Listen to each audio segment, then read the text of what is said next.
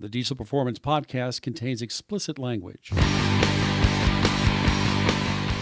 Thank you for joining us again. This is Paul Wilson. And this is Chris Emke. You're listening to the Diesel Performance podcast. Conversion month continues, Chris. Dude, last week was awesome. I just shout out to all the listeners. This month has been a lot of fun. There's been a lot of really good feedback. The downloads, everything, it's been growing. Yeah. A lot of good feedback. Duraburb was a huge hit on Facebook. A ton of guys out there really interested in the idea. A few haters in the crowd, but that's okay. They can go back and listen to the Diesel Conversion Specialist episode from the beginning of the month. That will have more about putting a Cummins into whatever vehicle you want. I mean, why would you put a Duramax in a Suburban and call it a Duraburb? I don't know. It right. just makes sense. But a lot of good stuff out there, guys. Definitely go to Facebook, go to YouTube, rate and review us. We really appreciate that. It helps out the show quite a bit. This week from Facebook, Sean Peterson sent us in a message. What did he sent us? Sean said, I have a few questions on what you recommend for a 2007 6.7 Cummins. 180,000 miles on it, DPF and EGR deleted, add 110,000 miles with a Mini-Max tuner. Pretty sure it shit the head gaskets and want to know what we would recommend to do it upright. Chris, I really thought this is kind of your wheelhouse here. Now, obviously, if you had head gaskets go, you're going to stud them when you put the head gaskets back on. That's pretty standard there. Yeah. Depending on what else is done, I'll run through the basics. One, we got to get to some custom tuning. MM3, EFI Live, whatever your flavor is there, you're good to go. But you definitely want to get away from that box programmer. Number two, you need a trans under it if you're going to make any power. So stock trans is only going to get you an unreliable 440 horsepower. To go above that, you really need a built transmission. A lot of great options out there. What else would you throw into this, Chris? I'd say go back a little bit more into detail regarding the tuning that he has. You know, the Mini-Max, along the lines of some other programmers on the market, they run a little aggressive in some of the segments in the PCM. The trucks tend to run a little warmer, and generally those are results of a pop head gasket. So going with, it's not just EFI Live or an MM3 tuner. Again, you want to deal with someone who builds a quality calibration that has efficiency and reliability in mind. But you have the head gone through fresh head gasket, studded, in some quality tunes, and I mean, truck should last a few 100,000 miles as long as he takes care of it. Yeah. At the power level he's at, that's pretty much everything in a nutshell. If you want to grow in power, well, of course, a transmission, max out what the factory turbocharger would be capable of offering, add a lift pump into the mix, maybe upgrade a turbo. So it'd really fall back on what his end power goal is and how he uses the truck. Pretty standard. Absolutely correct. The great thing, guys, anytime you want to shoot us a message on our Facebook page, we really appreciate it. We'll try to read your comments here on the show so you can actually hear us talk about them. In the future, yeah, please throw in what your power goal is and what you already have done to the truck. Gives us a lot better idea. Sean, don't worry. I'll be sending you a follow-up private message. We'll talk a little bit more in depth about your truck. Cool. Yeah, and, just wanted to bring up, it was kind of weird. So, over at Duramax Tuner Calibrated Power, we get a lot of inquiries about what's next, right? Yep. Bought the truck, have miles on it, want to throw a tuner on there. That's pretty much a staple. But what's after that? So, LMLs are a big topic of discussion over at the shop, and, just kind of wanted to dive into that a little bit more. It's very common. Take a bone stock truck, throw a tune, boom, easily 100 horsepower, talking high fours, maybe even that 500 horse realm. What do you do after that? A lift pump is always a solid investment. It's going to help provide fuel to the high pressure fuel system, but it also offers a better filtration side of things as well. Not saying that it's going to prevent failures of your CP4 and your injector, but it's an insurance policy. It's a cheap one at that. Yeah, I would say a lot better chances of not having a failure. You may not be able to say 100% you'll never have an issue, no. But As you have a lot up, better chance of not having an issue. And I think that's one of the loopholes is a lot of guys talk about, doing like a CP3 conversion and things like that. We have a lot of customers. I've dealt with a lot of guys who have done just a lift pump, and they've gotten a fairly long life expectancy out of a pump. Absolutely. That gets them to 520 horsepower. What about the guy going for 620? Oh, man, it's a little different than the older platforms. That's kind of what I wanted to dive into. On the older trucks, you could throw a turbo on there and get to that, maybe 600 number. The LMLs, they come in with a punch all at once. So it's, the lift pump, of course. Then you have to address the CP4, whether you do like a dual fueler setup or go with a stroker CP4 pump. You need to get the fuel quantity there. You need more fuel. From there, you would max out what the transmission is capable of along with the turbocharger. So there are guys that push the stock transmissions, and they do last depending on how they're used. But the transmission and turbocharger are also going to have to be addressed, and we can get into that healthy 600 plus to the rear tire. Over at Duramax Tuner, we've done several trucks, fully emissions equipped, dual fueler setup or a 10 millimeter CP4 pump, lift pump, Stealth 64 turbocharger, and a transmission, and you could sit at a healthy 620 to the rear tire. I mean, yeah, it's a lot of money, but at the same time, I mean, these things are nice. They're all drop-in replacement parts. There's no customizing of anything else. It's a done deal. Yeah, that really is a home run, and it's pretty similar to what we have on our DT Clean Sweep over at Duramax Tuner. Carbon copy. Yeah, exactly. And that truck's killing it in the sled pulls in the work stock class. I mean, competing with some real heavy hitters in our area. Still fully emissions equipped, goes through regens to and from, I mean, it does really well. Absolutely. On the street, in the dirt, that thing's a lot of fun to drive. Absolutely. I would say for some of the guys out there, we just want to be honest, we know a lot of you guys are already deleted. Right. If you're already deleted, some of the other options you can consider is like from one of our sponsors, WC Fab, you could jump into their Lml Air Bundle. Which really kind of includes everything you're going to need. So the high flow intake bundle package is what they call it. That includes everything. So all of your intercooler pipes, Y-bridge, the whole works. It's really a complete package for those of you that are already deleted. Mm-hmm. Yeah, no, I mean, kind of working off of that, what are some of the other components that they offer? Yeah, so some of the other components that are in there, you're going to get the... So the high flow 3-inch intercooler piping, the Y-bridge, you're going to get the high quality silicone boots. You also can get that custom paint we've talked about a few times.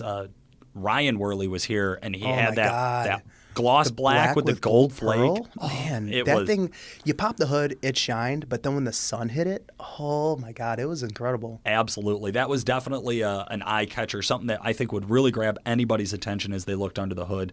So that's a home run there. And then obviously if you want to go up in power from there, you've already done the mods that Chris has talked about. It's a great time to start thinking about your injection system. Yeah, and I mean, what better company to work with than Exergy on something like that? They're definitely well known in the industry as being one of the top tier when it comes to modified injectors. Maybe you're not there yet. Maybe you need to do a somewhat of a stock replacement or something like that. Exergy also offers their sportsman injectors. You're talking roughly a 10% increase in flow, not just LML specific. They have them for 01 to 2010 Duramax, as well as 03 to 2012 6.7 Rams Cummins. Yeah, great level 1 upgrade with those. Absolutely. If you're looking for just that first little bit to get a little bit more, if you have to replace the stock ones, why not? Yeah, I mean, they offer a pretty tight tolerance. They're tighter than what Bosch's limitations are. They're within 4% tolerance. Yeah. So, you're getting a quality part pretty much off the shelf from Exergy, drop them into the truck, no retune necessary. They're using genuine Bosch parts, guys. You can't really beat that. You're going right back to the source. Literally as legit as it gets. Absolutely. Speaking of Exergy, I know today's guest has used Exergy more than once, actually in all 3 builds that we'll be discussing today. Nick, welcome back to the show. How the hell are you? Hey, guys. I love Exergy. He said that with a smile. Yeah, and Wehrli. I mean, those guys have been a part of pretty much every build that I've been through, and both great companies to work with. Mm-hmm. Absolutely, yeah. Big shout out to those guys for being sponsors of the show. Nick, you literally do have their parts in all 3 of the builds we're going to talk about today with you. It's really important to focus on consistency, especially when you're building a street truck. The trucks, I mean, you guys have been around me long enough, but for those who don't listen, I mean, I really take my builds very seriously. Performance, not just on the track, but also on the street. I don't want hazy, poor drivability. I won't be seen in it, so I'm not going to drive it. So that means I want injectors that have good tolerance, so that I don't get a haze going down the street that's unnecessary. That means piping kits with good seals, good flanges, good clamps, stuff that's fabbed right, fabbed in the USA, doesn't leak. I mean it's it's really important to pick the best in the industry, work with them, build the relationship, and that's what we've done with our vendors, not just Exergy and Wehrli, but over the past 10 years I've been in business, those relationships with the vendors have continued to grow, continue to understand each other's expectations, and the products just keep getting better in this marketplace. That's awesome, man. I want to note, I've seen where you've had a truck where there's been like an issue trying to work out. You'll leave the truck. You won't drive it. You'll leave it at the shop. Like, yeah, I'll take something else. I'm not going to be seen in that. I'll leave it. It's on my mind the whole drive home. My wife wonders what's going on at dinner time. It's a blessing and a curse, man. It's you got to fix it. You got to get it right. Got to get it right. Most of the time when we have a guest on the show, we ask them, how did you get started in diesel performance? We've already asked him that. We're gonna switch it up. We also asked him, what is your dream build? Right. So we already know that. We already know that. So we're gonna go a different route here, Paul. What is the future of diesel performance? Where do you see that? What is the future of diesel performance? I'm really excited to continue to push the envelope in the emissions equip market. You guys were talking about modifying LMLs. Wehrli has recently put together 10 emissions-equipped twin-turbo kits for me on an exclusive. Mm-hmm. We have a beta truck. It's got 30,000 miles on it now. Not one lick of an issue with it. Long regen life. It's amazing. Really runs great. Really excited for that. Of course, the L5P. Right. So what is that?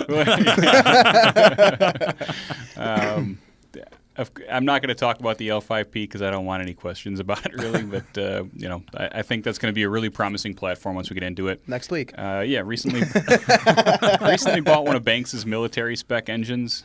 So excited to run that standalone in whatever the next swap brings. Mic our drop. listeners can't see Chris's jaw on the floor right now. Yeah. I found out about this one a little bit early. Thank you. Yeah, it's coming. I mean, banger. First 5 minutes of the interview. Like, geez, man. LML twin kits, that's real again. Yep. We haven't talked about LML twin kits No. on emissions equipped platforms since 2013. Yeah, we're 2013. We talked about a little bit with Rosenberg's truck. We pushed a little too far on Matt's truck. Wehrli's truck, I think we got it just perfect. 620 horsepower. The thing is just mint. It's a treat to drive. The kits are right out there. They're right outside this room on a photo booth, and the pictures are taken. It's going to be in a marketing campaign upcoming, right, Paul? Yep. But it's a beautiful kit, well done, stainless steel, where we haven't traditionally used stainless steel. All really tight packaging, nice tolerances. Very excited for that kit to go live on some customers' trucks. Seeing Jason's truck, seeing Matt's truck when it was here, it's a factory finished product. I feel like you pop the hood, it's like, did this come from GM this way? Like it's one of those ones where I'm really proud to show off. Absolutely, Yep. absolutely. Well, I'll tell you what, Jason's truck is still my all-time favorite vehicle I've ever driven. I mean, honestly, because it was here when it first got the twin kit on, and Bob was dialing in the tuning, and so all the sales guys got to go out and take it for a ride. And I mean, I beat the fucking piss out of that thing. I stomped that throttle harder than I could ever kick something. I mean, I gave it everything. And I'm watching the soot counter, and I just keep expecting it to be like traditional. Yeah, no. I want to say 15 minutes of the hardest driving I've done, and I mean corners, stop and go, roll-ons. Just being stupid. Yep. Could not. I think I picked up 1 gram of soot in 15 minutes. I mean, that was Bob when we're tuning the regen. I'm like, go out and get it to a point where it wants to regen, so we can make sure it goes through the regen cycle because we had some surging issues and whatnot. He's gone for 3 hours. Hey, you got to work today too, He's like, I can't get it to collect soot. It's just so slow at collecting soot. So he just had to, beat the piss out of it for half the day to get it to go into regen. So really a treat on that one. I'm excited to eventually do the same thing on the twin turbo Ram. You guys know, I did a vlog not too long ago. We have a 2015 Ram. It has a twin kit on it from ATS right now. I'm in that, drive it all day and then park it before I go home because there's some bugs. It's testing me. It's Exactly. testing me. I'm going to get it, though. I'm going to get it. You guys, when I got that text from you to come down here for the podcast, I was like, I was in the middle of an aha moment, and I was getting that tune, trying to get it onto the device, and I should probably take a break and come down and talk to those guys. Cool. Well, we Oh, appreciate that. it. Definitely. All right. We got a whole fleet of shit to talk about Yeah. today. You know, everybody else we've had on, it was either about like a big topic like diesel conversion Right. specialist, or obviously with Ryan or with Eric, it was kind of about a very specific build. Nick, you have 3 specific builds that we want to go through We today. literally have everything covered for years. I mean, the only thing that these swaps have in common is the engines, the base of the engine for the most part, right? Yeah. So let's kick it off. The Apache, which is, I don't know that I have a favorite. It's probably my favorite. It's my favorite to look at, if that's a Oh, thing. for It sure. is- For sure. It's one of the I still catch myself turning around as I walk away from it. You know, like I still have that romance with the Apache. Beautiful truck, amazing truck, well done, great stance. I mean, if you haven't seen it, look for some pictures. LB7 built motor, started out with a ZF6, now has an Allison 5-speed. Shortened the frame, put a 1958 Apache running, body on it. And the frame is, I mean, it's all beef. It's got 24-bolt Humvee wheels on it. It's got, the heavy-duty axles, electric locker in the front, 4-link and leaf springs. It looks the part. It's nasty. It is the definitely toughest looking truck I've seen. I mean, that's... Yeah, people don't know what to think when they see it. They're not used to seeing a truck that old look that mean. And clean. I mean, that's the thing. Is like one of the Ryan's really cool, unique points was the patina. Right. I mean, Right? And that's a truck where pictures don't do it justice. And Yeah. one of the things I want to point out with the Apache is, guys, everyone in some shape or form is an enthusiast. You know, they see these photos of vehicles in the magazines or online, and they're like, "Oh, that looks clean." And you get to see it in person, and it's like, man, the photos just kind of Churched it polished up. a turd. Yeah. You know, the Apache is one of those vehicles. You have to see it in person. The perfection, the paint, the swap, the wiring, the 4-link, just the whole 9 yards. It is literally perfection. It's one of those cool trucks that has this awesome backstory to it. Yeah. Like the guy that we got the Apache from Yeah, owned it since it was new. He bought it Unreal, right? brand new. unreal. Probably one of the coolest guys I've ever talked to on a Craigslist deal. Thinking, no, that is for sure the coolest guy I've ever talked to on a Craigslist deal. No, he was so forthcoming about everything. We bought it sight unseen, right? Found it. Nick Northern found it on Minnesota. Craigslist. Was like, get it. That's the one. I'm committed. Let's do it. Beautiful teal paint. And the original plan for this build started actually before I even started at Duramax Tuner. You guys, the story here was you guys were going to do a fleet side, not a step side. It wasn't going to be a step side. No, it was going to be a fleet side. We were going to do a work stock truck, and I was like, there's 30 work stock trucks in the class. We need to do something that sets the truck apart when you pull up. You know, and a clean 02, you're not set apart. Right. You know what I mean? Sure, it's a clean truck. So I was like, we could do a swap, and then I was like, if I'm going to do a swap, what's the coolest body style Chevy truck? And the 58, 59 is it for me. You know, that's it. Everybody's got their year. Some guys like the 67, some guys like the 87, whatever. You know, you got your thing. But the 58, 59, man, it's really tough to beat the look of that truck. Yeah. It's unique. You know, it's bubbly. Yeah. All the way through. It is. It's Right. got these round curves. It's got these just amazing body lines. They did not quite fit the truck you were putting them on. To be like, No, we had to. Brett Keel, a good friend of mine, body guy on several builds that I've been through now. He had his work cut out for him, man. I mean, he had to section the frame, shorten the frame up for me, and then he also really replaced 80% of the panels on the truck. all the fenders were replaced. The 2 front fenders were sectioned, and 2 inches was added into the front fenders to accommodate the 35-inch tires. Really, the only thing that stayed was the cab. I think we got a new hood as well. A lot of work just in getting those old panels to fit and getting those old panels finished up and smoothed out. Cole Barcher, the paint guy over there, did an amazing job on the paint. yeah. It's still, I mean, it's been together for 3 years now. It still looks cherry, man. And it's been down the sled track. It's been down the dirt track. It gets used. It gets driven. People lose their mind when they see it Oh, yeah. sled pulling. How could you ruin a paint job Every like time that? you pull that thing in somewhere, yeah. You sure you want to run that tonight? Well, like 3 years ago, we took it to XDP's open house, and there were people they were leaning over, and they're like, "I don't want to get too close to it, like that paint job." And I'm like, "We take it down the track, rocks kick up and hit it, Yeah. it's okay. I mean, don't get your zipper all over it, but you can look at the truck." Yeah. It is. And then even on the interior, I got a bunch of guys who have done swaps, and I always cringe when I hear them say something like, well, I cut the dash out of the donor. Yeah. And it's just my whole body just flexes. How did you do it right? Well, I need the data, right? So as we're sled pulling, as we're drag racing, as we're using the truck, or testing turbos, which is really what the truck gets used for more than anything is turbo testing. As we're testing turbos, I need to have the data. And so you need to have a good data collection and a clean wiring setup. And like you said, the truck's wired cleanly. Owen did a really nice job wiring the truck and Vineyard. It's got Fleece's data logger on it. So it's got 2 extra temps and for charge air, and then it also has an EGT, and then it has exhaust drive pressure and boost pressure. So we got really good turbocharger analytics out of it. But if you open the driver's door and you climb in the cab, you wouldn't know it.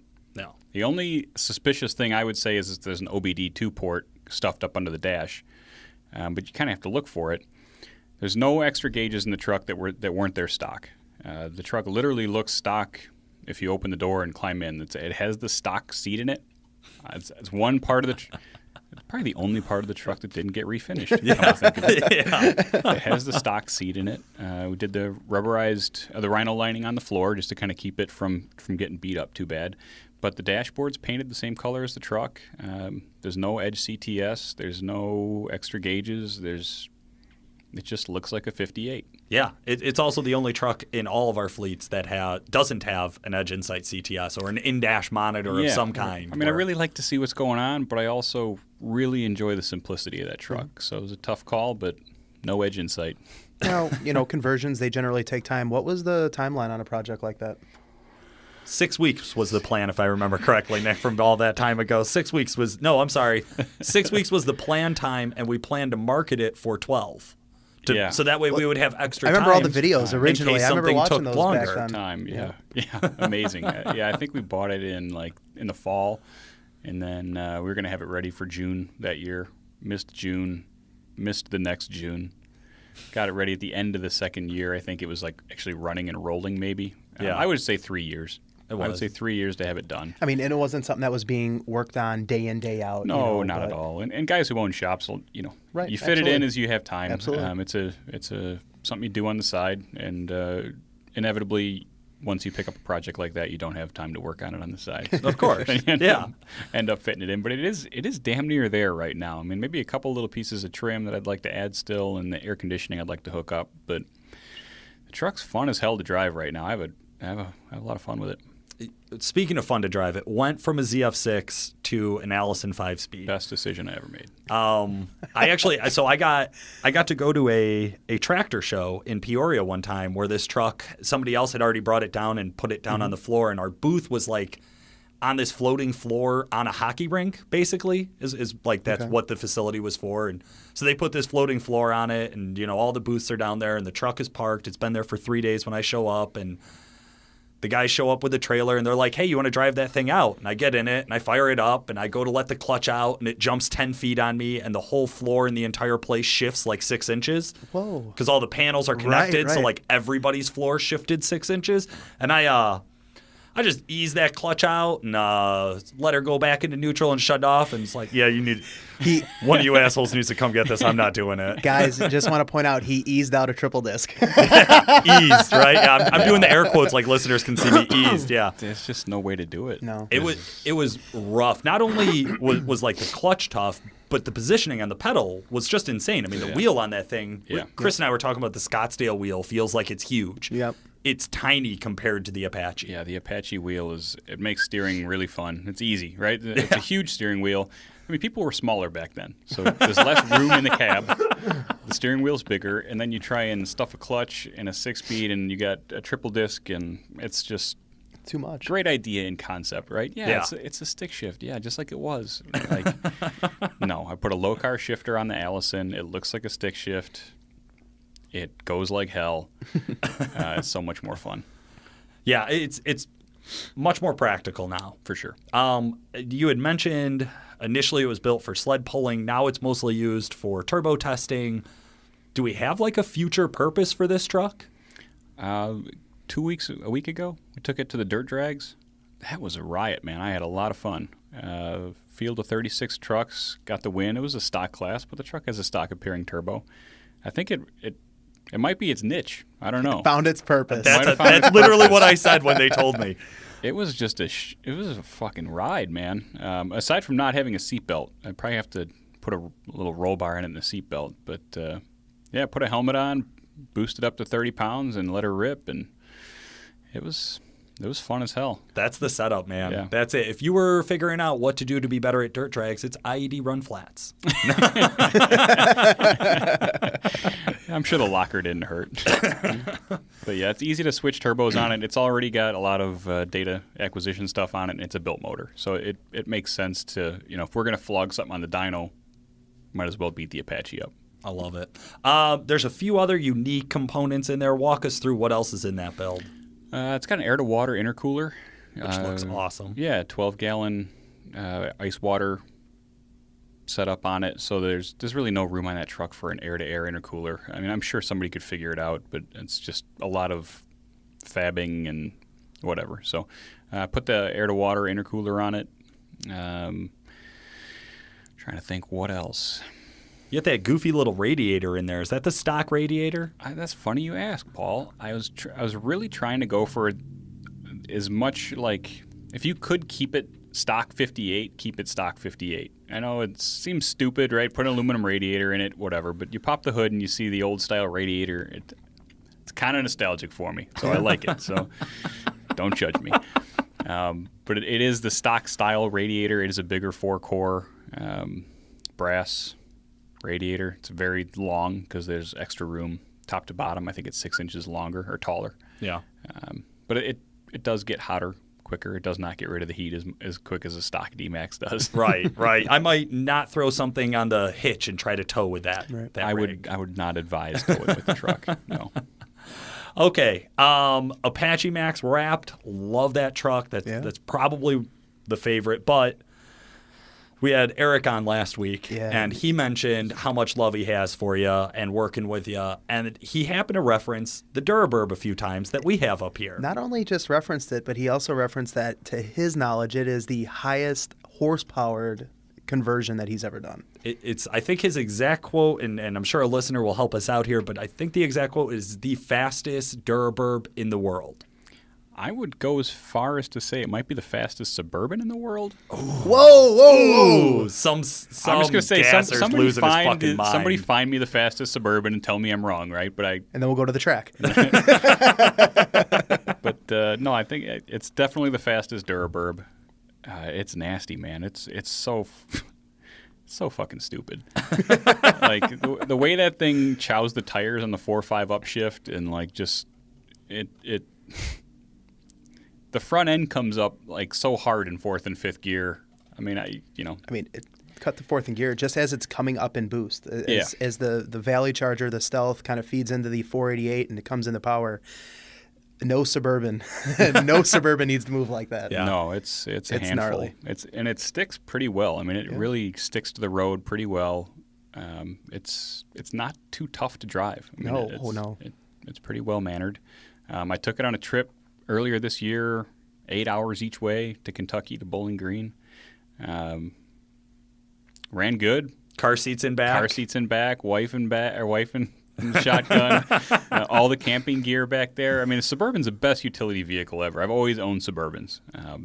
Ever since high school, I've always had a Suburban. Gotta love them. Can't beat a Suburban. No, you really. And 1,000 horsepower. I mean, this is. Yeah, that's. I mean, backstory, right? Like in college, I had an '87 Suburban that I put a Wyand 144 supercharger on. And that was the fastest of its time. And a cam and whatever, right? So, like, no one was ever going to get in my way having the fastest Suburban in town. You were just looking around at a pile of cash and like, how could I burn this? Yeah, exactly. Just no rhyme or reason. Worst mileage out of any vehicle I've ever owned. But, yeah, love those Suburbans. Okay, walk me through engine and trans. What do we got done there? So the goal behind this Suburban was to kind of push the state of the art. We had been doing a lot of stocker S480 kits, stocker 475 kits, what I would call the standard 800 horsepower build, 60% injectors, 10 millimeter pump, stocker twin kit, and a built motor. This engine is built long block, valve springs, rods, pistons, girdle, all that fun stuff. Built transmissions, got billet shafts in it. It's to the nines. The turbocharging on it's kind of where it gets fun. It's got our Stealth 64 in the Valley and then an S488, which is a little bit bigger than we're used to, right? The 484 was kind of the state of the art for a few years, but Borg Warner came out with the 488 SXE, which is definitely a bad bitch. Definitely the SXE. Recommend that guy. The Stealth 64, again, higher flowing turbine. All the parts we're working on in house. Got to use those parts. Got to show what they can do. Exergy, we'd been using the 60% injector and the 100% injector on the bigger stuff. So I kind of wanted a truck that I was going to be forced to tune on by daily driving it that had bigger than 100 over injectors. So I could see just how far we could push the drivability envelope on 150% injectors. So the truck has 150s in it, runs a pretty tame fuel rate to make that 1,070 horsepower. And then it's got their 12 millimeter pump as well, which was fresh for the build. 14 mil. Yeah. Shit. I forgot about that. That was the first 14. Yeah. Yeah, because we were not sure if the 12 was going to get there. The 14, yes. I remember looking at the logs now. Not even close to running out of fuel at 1,050 horsepower with one pump, which also kind of simplifies the underhood. I'm all about that simplicity. The twin kit's nice and has its function, but a dual fueler, it's kind of, they don't look nice under the hood. In my opinion. Cluttered. It's cluttered. Yeah. So it's nice to have components. the one pump on it. Jim Rendon talked me into the hostile wheels. Maybe a little too much for my personality, but they're definitely don't fit. It looks good. But they look good. It looks good on the truck. They don't fit you, but they do fit the truck. They fit the truck. Yep. I mean, those wheels, the presidential, as I call it, man, hand in hand. Hand in hand. Yeah. Should have seen the look on my wife's face when she saw the word hostile written on the wheels. Like 3 weeks after you've already bought them and put them on, I take it. And she's against tinted windows, and it's a black on black on black on black. Dude, it's like the neighbors think you're a Colombian drug lord. If you were a thug, this is your vehicle. Oh, that's too funny. Oh, the chance to call Nick a thug. Okay. This one didn't really have a lot of challenges, as I remember. I think the biggest challenge I remember when it came in was we decided we were going to put a built motor in it. Built a motor, customer showed up and needed it, we sold it. Built a motor, customer showed up, needed it, we sold it. And that happened 3 or 4 times. At least, yeah. So I remember walking customers through, we usually do a tour at DuraMax Tuner. If you come by, we'll walk you around the facility and show you all the cool stuff. Yep. And there used to be, which is now turbo manufacturing, that used to just be the storage bay. Yeah. And it was pretty much long-term builds that had the motors out and the Duraburb. And you always had to explain, this is cool, I promise. But when there's a Duramax back in it, you can come back by the shop and I'll show you why it's cool. Yeah. I mean, it sat back there for a year. Yeah. Yeah, it was back there for a year, wasn't it? Yeah. It doesn't seem like it now. Now it seems like it's been around forever. Yeah. Yeah. It's been up and running for a while now. It's a fun build. I would say it gets the most attention online and in the race community, in the performance community. 1 million views on the Duraburb video. Yeah. Collectively, even more than that if we measured Facebook and YouTube. People go nuts for that thing. Yeah, I mean, not taking anything away from you, but I drive a bunch of vehicles. You've let me lend a bunch of them to me over the years. Had my own, and a couple weeks ago you gave me the Suburban for the weekend. You're like, hey, take it, wash it. Hey, done deal. That's all I got to do. Fill it up. I'm at the gas station filling it up, and this kid's jaw drops. I've seen this. It's been in the magazines. I've seen it online. He didn't even have a diesel. He had a car, and he was just like he just saw Jay Leno at the gas pump next to him. He's like, this thing's a celebrity. Did you know that? I think it is more of a celebrity than than any of us. Yes. Like a kid on Christmas, man. He was just astonished. It was a cool feeling. I think we talk a lot about how when you get into a twin kit, we always say the same thing. It just feels like it pulls forever, right? The LML twin kits, this thing, it's awesome. But when you get into something this heavy looking or this big looking, where anybody who's driven a Suburban knows they feel rolly, they feel sluggish, and then I've been into a few tuned up gassers and they're snappy, it's that gas. There's no lag, right? But 1,000 horsepower in the family car is just, there's nothing I don't know how to put it into words, It is, like you said, it feels like the front end's coming up, even when you're on that 4 or 5 upshift, which is just insane. Yeah. Absolutely. Yeah. The one thing, too, it makes power, right? And you have to get in it to make that, reality, get it to go. But if you take it easy, the truck has incredible street manners. Yeah, it's Like, very docile to drive. Yeah. I mean, I had no problem driving it down to Kentucky. It's very mild-mannered. good economy. I've let you the know. wife drive it. She's, Yeah. besides from the look, she doesn't mind it. Yeah, it's good mileage. I mean, that twin set is really, it really helps in covering up the large injector. And maybe covering up's not the word for it, right? But it makes a Better tuner's match. life easier. Yeah, it's a better match. It's good balance. Well, that's something I was going to ask about because I remember working here some years ago and Bob coming to me and being like, hey, man, if they got a street-driven truck, be shy on the 12 mil pumps because they're not the greatest on the street. And obviously over time and over R&D and more guys insisting, Sure. I have a 12 mil, you have to tune it. Yep. It seems like that 14 wasn't much of a challenge, whereas when it first came out, that's what I thought. Is I thought, well, here's a competition-only part. I'm going to sell 6 a year. Yeah. At best, and that'll be it. But you're saying this is something somebody could incorporate on a... Absolutely. Yeah, I would not hesitate to sell somebody a 12 mil or a 14 mil pump. I mean, I think there's very few people who need a street-driven 14 mil pump just because, right? But a street-driven 12 mil pump, like there's no reason not to. In fact, I would push somebody into that before I would recommend a dual fueler just because the belt's different, the clutter in the engine bay, the squeak on startup. Just all the relics of dual fuelers that I've lived with over my life. I'd rather have the factory style. It's the stealth of fuel pumps. I love that. Do you have a fish tuning dual fueler controller? That's all. Anytime somebody has a dual fueler, they call in for troubleshooting. That's literally my first question. Yep. We have a ton of controller issues on dual fuelers. It's just common. Yep. Obviously, we're fans of Iris stuff over Yeah, there. so use the fish. Use the fish. Yep. All right. Last build here for today. I know there's going to be more swaps in the future because I've been bugging you about a few that I want to see get done. But the Scottsdale. Chris and I have some in-depth, intimate knowledge on the Scottsdale because we got to go out and You guys got do to a put some video. miles on the Scottsdale. Yeah. You got to drive that one. That truck caught my eye the first time I saw it in the back of Wehrli's lot when Cody Garbaz owned it. I saw it back there, and it kind of like made me sad.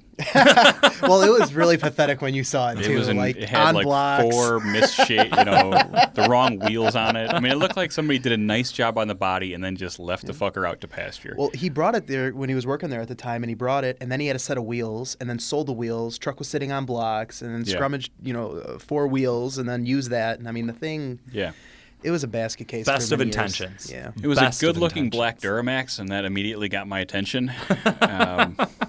And I just thought, this is another one of those eye catchers. This is going to be like, there's no immediate ROI on this project, and I know that, but I still have to do it. So I had Chris Emke pester him for a while. I had you call him and see if we could unload it, and eventually he decided to let go of it. After it was sitting in his dad's barn for years collecting dust. Yep. Yeah, One of those was again. that probably another 2 years after seeing it in the back of Wehrli's place? Oh, easily. Yeah. There's always a risk when you buy somebody else's swap project, right? I'm not going to say risk like... No, it's a risk. It's a risk. is a You might risk. be buying a giant pile of shit. It's a liability for sure. And there was a lot of parts of that project that were, sorry, Cody, but it's true, piles of shit, right? Yep. Walk us through those piles of shit. Like, what obstacles were there? The body was the frame was off of Pete Shibby's rolled over sled pull truck. Right, 03 The 03 truck, right? Escort, right? So, you knew that thing had just been beat to shit. Beat the shit. And this truck was rolled over. It was Yeah, rolled it, during a burnout, rolled over like like a so professional. there's some good karma left in that Yeah, one. oh yeah. And then you got 16 or 17-year-olds grafting a 85 body onto it. So We used hockey pucks, Nick. hockey pucks, there was like L brackets made out of 3/8 plate Yep. that were Get not the fuck gusseted. outta here. Yeah. Like, I mean, we weren't professionals. Like, this I was mean, done. Hold on, you're saying you had your hands in this? Yeah. You Yeah. fucking Yeah. jamoke. Hey, that's a little rude, but no, seriously. He had access to a shop, and on the weekends we have some beers and yeah. just you could tell it was like 18-year-old kids because like the parts, like the stacks, were done really nice. that's a low blow, guys. Thanks, Nick. The stacks were cherry. It was the trans dual cooler, stacks, wasn't it? it? Was dual Yeah. stacks, Yes. like out of one box. The Badass. the fuel pump, like someone put some time in there. The trans cooler was, that was somebody's project. Rigged. But the engine and trans and wiring, you're just like, somebody else will figure this shit out. And it was just kind of left. You know, I think it was like Heather's old engine and like somebody else's trans. I don't know who the fuck's trans it was, but it never... That truck was supposed to make its debut at Shides 2012, just to throw it out there. So the truck just started running. It just missed. Just missed. So... By to half a recap, decade. it finally started running right like 3 months ago. Yeah. Another swap, guys. Right. Takes time. Right. So took the engine out, took the trans out. Had DJ go through the trans, just make sure it was decent. Took the heads off the engine just to make sure. I mean, I figured if it had been in that camp, it probably had blown head gaskets and probably had old injectors and whatever else, right? Like, I wasn't going to trust it. All of which was true? Right. It was not in good shape. Okay. So yeah, fresh head gaskets, milled the heads, just kind of cleaned it up. Back together, had a dual fueler kit laying around. I used a dual fueler kit. Shoot me. Okay.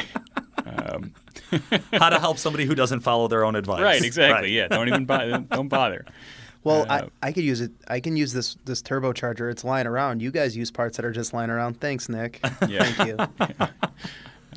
Turbocharger wise, I mean that was the point of the project, right? This truck was going to have a Stealth 64 on it, and it's a great flagship for the Stealth 64 G2. I ran the stock turbo on it, dynoed it, ran the Stealth 64 G1 on it, ran the Stealth 64 G2 on it. It was like, this is it. This is it. Done. This is the turbo. Got the little bigger version on the Apache right now, but I'm a big fan of these Stealth i-High turbochargers. They, drivability is huge for me. Throttle response, strong mid-range towing ability. They kick ass, and that Scottsdale's no different. Things I didn't expect was that I thought it was going to be heavier for some reason. It's a very light truck. It's so light. almost 6,000. It's just a shade over 6,000 pounds. And it's got 35s on it. It scoots. Shreds the 35s. It scoots, man. It turns. If you want to see like Chris and ours reaction, or Chris and my reaction, you can actually jump on YouTube, Diesel Performance Podcast, YouTube page. We videoed some of our ride along. You can see how fucking shocked I am when we get in this thing and step on it. Like, and it is here, pure shock. the mammoth of turbocharger that Stealth G2 is in the engine bay. I mean, that is a loud motherfucker. I think I talked for half the ride along about how loud it is in the cab. That's the thing you don't realize when you get into conversions is that there's a lot of soundproofing that goes into a heavy-duty truck. Yeah. And once you put it in an Apache, which has zero soundproofing, or an 85, Scottsdale. I mean, you start to really hear everything. I'm going to go out on a limb here. Scottsdale, least favorite look. Out of all the trucks, out of all the projects, it is just not my cup of tea. Really? Driver-wise, top 3. No question. Yeah, I'm not a big fan of that square body style. That shit's... That's like what my dad drove, is a gas, that body style. When I was like 14, I'm like, Dad, your truck's a piece of shit, right? Like, that thing's not cool. You need something new or really, really old. It fell into that range for me where I was like, not cool. Yeah. I mean, I can definitely But you say drive it, and that sentence is over. the late 80s, early 90s Everything was ugly. era. Yeah, they were. But Everything I was don't know. square. I like first-gen Dodges a lot, so the Scottsdale kind of fits that very boxy, simplistic body style. I love it. It's a badass truck altogether. that truck was kind of like it was almost like a reflex build for me. Like I didn't put a lot of like mental energy into it. It was just like I knew what I wanted, and that I'm not going to think about why this is stupid and costs too much money to do. Like I'm doing it. I'm going to make a really nice 85, and it's going to look great. And if you build it, they will. And like and it still retains the 6.2 diesel badges. have to, dude. Have to. I love That's when I'm the at the best pump and part. people are like, "Is that really a 6.2?" Yep. Yeah. Pretty much. Banks turbo on it. Sold 10 that year. Yep. It's leftovers. I mean, I always refer to that truck as leftovers That because truck is leftovers. everything on it is literally Shit that's as laying somebody around the else's shop. leftovers. Yep. What a blast. Okay. Out of the 3 conversions, which one's your favorite to drive? Oh, man. Depends where I'm going, but I will answer the question.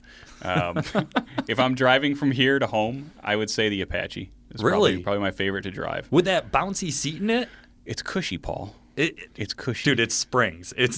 They're literally, you can feel the springs. You can hear them crunch. The Apache driving is not about the seat. Okay. Right? Okay. I've heard you talk about air-cooled seats. If I remember correctly on our Ultimate Tow Rig episode. Which is why I'm going to tell you that if I'm going longer, I'm going to take the Suburban, right? You got to have air conditioning. You got to have air conditioning. None of those trucks have air-cooled seats, otherwise they'd be top of the list. Right.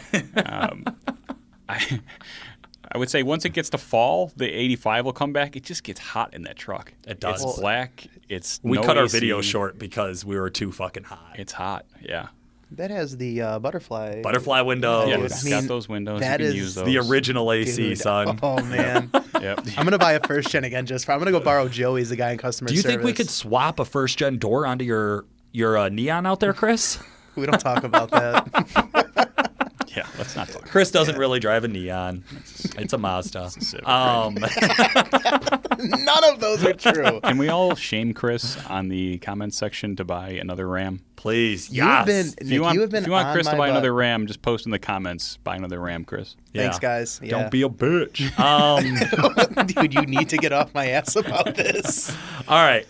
We got to wrap up here, but I wanted to ask you a few things. Nick, we've been doing a ton on L5P media. Sure. You and I actually got to go out to Banks and meet Gail, which was fucking awesome. Yep.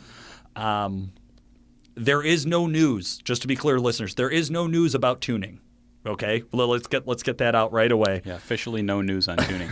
Officially no news. But like you had mentioned earlier, there is a engine coming in. Any ideas on what we're going to do with this thing? We got an L5P coming in from Banks. Wehrli has got my ear about a 1987 that he's got together. That's all like Ryan Wehrli's truck, all powder coated, all really nice stuff. Like, are you putting this together to sell? He's like, yeah, but I'll probably keep it. So it may go in that truck. I think we're going to probably do some turbo development on it just while we have it, maybe on the engine dyno. Put some bigger compressor wheels in, kind of experiment with some turbocharger stuff, assuming we can get our hand on a couple of VVTs. So if you or your friends have any spare L5P variable vane turbochargers, What a pitch. please also Have you post wrecked in your the L5P comments. lately? We can Right. buy your turbo. Yes. That's a good we're, idea. So we're Okay. talking another 87 square body. That's one Potential. potential, right? Any others? Yeah, I've had one other discussion with Adam Pila Motorsports. Yes. He's got another customer, similar situation. I think it's a 1980 or maybe an earlier 70s truck. Off-road mud racer, 37-inch this is tires. really nice. These guys don't pitch me on that You stuff. said because fucking they Adam know what Pila. I like. I know the truth. They know what I'll probably send it down there and it'll end up in a mud truck. Yeah. But really, I really want to get on the dyno and mess with Banks ECU and the turbocharger and start tinkering with the L5P until we can get in the ECM, the factory ECM. Gotcha. Really excited for that engine. Yeah, absolutely. I think that's going to be a big one. Mm-hmm. Videos from our visit out to Gale Banks coming out very soon. Yeah. Our producer will have those out hopefully in the next week or so. Yeah. So, guys, if you want to learn a little bit more about the L5P, if you're an L5P owner, we covered a ton of detail in those videos. Banks is, I don't think wealth of knowledge even does it justice. It's like everything. It's like talking to an encyclopedia about shit you actually care about. Right. Yeah. That's a really good. Chris, you've never really read an good analogy. encyclopedia. No, You wouldn't get that. But. no. Yeah, it's not just talking; it's showing. I mean, the cool thing about our visit to Banks is he's got the head bench right there. He's got the LML head right there. He's got the L5P head. You can literally put the camera on both and show what the difference is in port design, what swirl looks like. You have to see it, and you will see it in the videos. I mean, it's really cool. We do a cool side-by-side on the head stuff, fuel pump, injectors. I mean, every inch of that motor gets dissected. Yeah, we broke it down, and I got to tour his facility and look at all of his cool shit, too, which was Got a lot of fun. really cool shit. It was. Yeah, like sometimes I think I have too many trucks, and then I'm No. at Banks, I'm like, You Yeah, don't a even few fill more up to one the of his collection. 5 buildings, right? Yeah. Yeah, it was a crazy trip. Big shout out to Gale Banks and the whole crew out there. Everybody who worked at Banks Power and Banks very Engineering. professional, very clean, nice place. Could not ask for a nicer group of guys to show us around and help us out with that. All right, Nick. Any advice for somebody looking to do a swap besides don't do it? Because I know you and you'd No, say I something think like you that. need to. You need to manage your expectations. You need to understand the reasons for your swap, right? And the reasons for your swap should be, I want to do something cool, I want to learn a lot, and I have extra time on my hands. Because if you have those 3 reasons, then absolutely you should get into doing a swap. So no one that I've talked to that's been Ever. interested in a swap will do it then. Because usually it's I want better fuel efficiency, I want to save money. You're not going to save money doing something like this. How about if you can click 2 of these 3 boxes, go forward? Right. There's no ROI in a swap. You know what I mean? Yeah, if you can click 2 of those boxes, go forward. It's fun. It's fun. Do it. You know, it's something you can look back on as an accomplishment. I tell you, there's a very you have some proud moments in life, right? Driving the Apache is a proud thing for me. It's it's overcame a lot of adversity to get that project done. I can understand the pride of a guy driving a Ranger with a 4BT in it. Okay, I mean it's What a great shout out. That guy who showed up at our dyno day with a Ford Ranger with a 4BT and the twin turbo. That thing was a badass swap, though. It pulled more attention than anybody's 800 horsepower truck did. yeah, do it. Make it yours. You know what I mean? Make sure that the swap is I'm pretty something you're sure. doing. I'm pretty sure we had a Superstar that year, made over 1,000 horsepower. No one gave a shit about that. They cared about the 150 horsepower. twin Still turbo nobody cares Ranger. about that. Exactly. Poor JR. Dude, I didn't even name. We weren't drop. even going to give his name out. No, but yeah, JR made a little bit of power that day. All right, now you also have 3 swaps here that we're looking at. You built one from scratch. Yep. You bought one from somebody who did the swap portion of it professionally. Wow, this really fits well, doesn't it? and then you bought one that somebody else did some of it, and then you finished it. Yeah. If you're going to do another swap, how do you go about it? I look at a swap like an email you're writing to a prospective vendor or dealer, right? Like, it's always easy to have you write it, Paul, and then have me critique it. I'm a better critic than you know what I mean? Like, Cody's was nice. I found something I liked. It wasn't perfect, and I knew that, but I could kind of gauge easily what was going to happen. The same with the Duraburb. Bought those pretty close to how, I could see the finished product. Yeah. With the Apache, holy shit, man. I didn't even know what road I was on. I don't, the compass was broken for half the build. Pulling the body off and being like, oh, fuck, these flames are flat?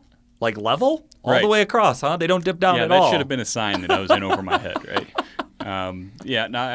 If you can find somebody else's abandoned project and you can see, it, and usually the price is pretty good on those. Yeah. I'm a fan of that. Because as I said, Scottsdale was the cheapest to finish. The Duraburb, I don't know how you factor that. There was a point where the Duraburb was going to be a good flip. Right, Yeah. right. I mean, That's initially what it was. That is what it was.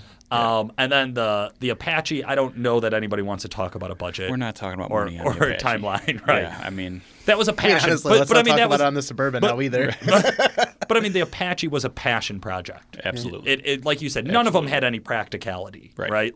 But it was pure passion that drove the Apache start to finish. Yep. And that's the only way I think you could get that project done. Because if the Scottsdale was going to take that long or cost that much, I feel like it would have just went to a compactor somewhere. Yeah, there was no way. They would have got parted out along the way. Yeah. The Apache was, 75% of the way through that thing, it was just like, oh, man, you're going to hit that trough. You're going to hit that low point in the build where it's like you need momentum. And I think this is an important point, too. Make steps, make milestones for yourself. It's not one project. It's a series of small projects. Break those small projects up. See if you can find something fun about those small projects. Dyno the engine, I don't know, port the heads, take them to have them flowed. Find little wins for yourself along the way, because as a craftsman, you need that. You need those wins to keep you alive, keep the passion alive. If the build is fueled by passion, you're going to have to find a way to keep that alive. That's really well put. Absolutely. Well, we're not going to fuck it up and say anything else. Guys, thank you so much for listening. Make sure you hold on to the very end of the show. Let's see what producer Rich thought was the funniest sentence in the episode Producer today. Rich. Yeah. That's all I refer to him now as. Oh, that's funny. For today, this has been Paul Wilson. And this is Chris Emke. And Nick Pregnitz. Thanks for listening.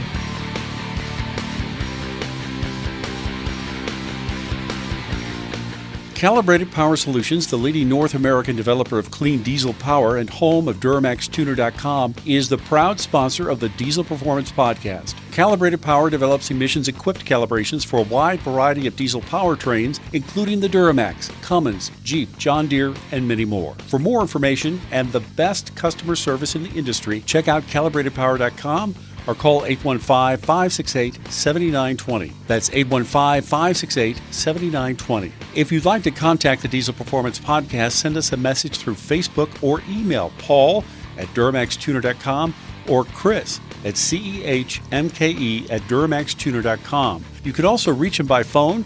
Chris's extension is 2121, Paul's is 2122.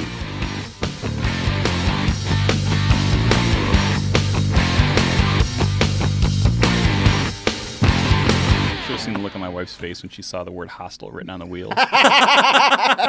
Like 3 weeks after you've already bought them and put them on, I take it. And she's against tinted windows, and it's a black on black on black on black. Like, dude, like The neighbors think you're a Colombian drug yeah. lord. If you were a thug, this is your vehicle.